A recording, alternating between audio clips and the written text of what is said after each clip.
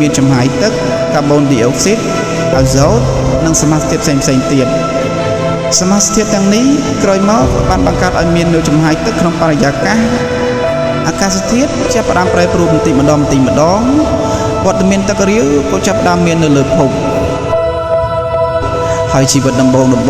បានកើតមានឡើងកាលពី 3.8 លានឆ្នាំមុនវាគឺជាពពួកសត្វរាងកាយសរីរាង្គតូចៗដែលមានតែនៅក្នុងមហាសមុទ្រប៉ុណ្ណោះ